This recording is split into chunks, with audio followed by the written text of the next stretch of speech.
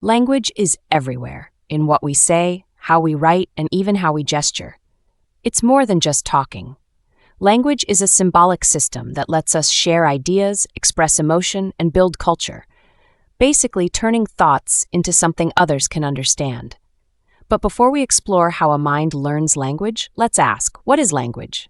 Is it just putting words in order? Or is it about sharing meaning and making ourselves understood?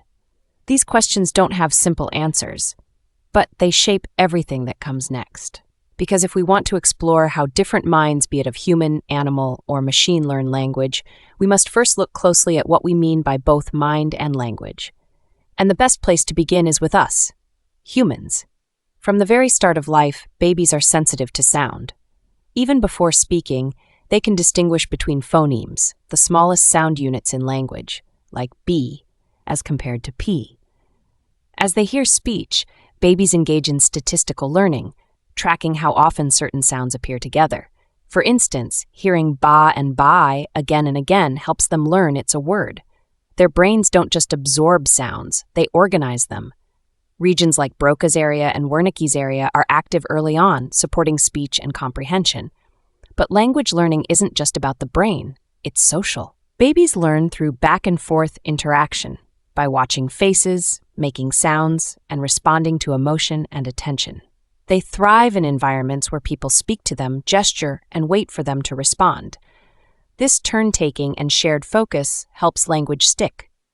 But not all humans learn language the same way. Deaf children exposed to sign languages like ASL from birth follow the same developmental milestones as hearing children do with spoken language. For those with speech or hearing impairments, augmentative communication tools, such as sign systems or digital devices, support language development and expression. Similarly, blind children learn language through picking up tone, rhythm, and speech with heightened sensitivity.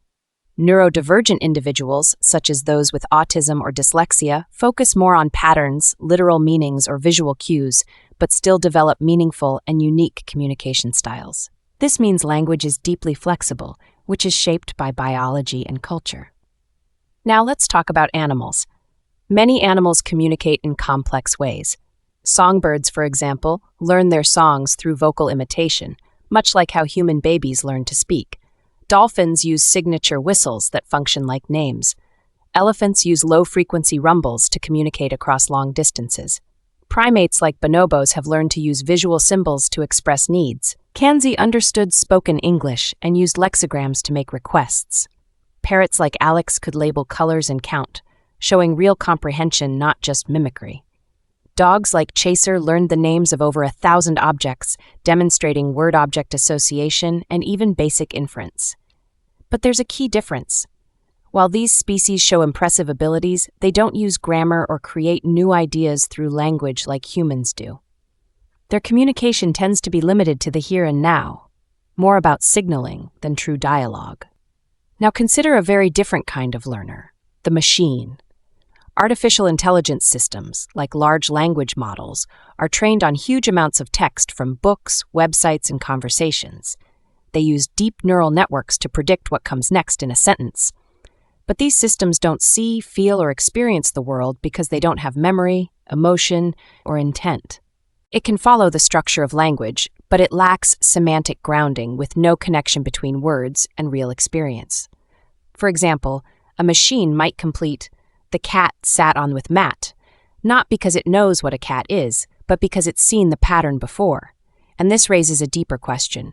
Does a machine truly have a mind for language, or is it simply imitating patterns? Understanding how the mind learns language is such a central part of how we think, remember, and connect. No wonder it draws scientists from many fields. Linguists study how finite rules of language can create infinite expression. Neuroscientists use brain imaging to trace how language is wired into our biology. Psychologists look at how social context, memory, and attention shape language. And computer scientists try to build machine models that mimic language. So, language isn't just about learning to speak, write, or sign. It's about how minds across species, abilities, and systems find ways to share their inner world. And maybe in understanding how language works, we get one step closer to answering an even greater question. What is a mind?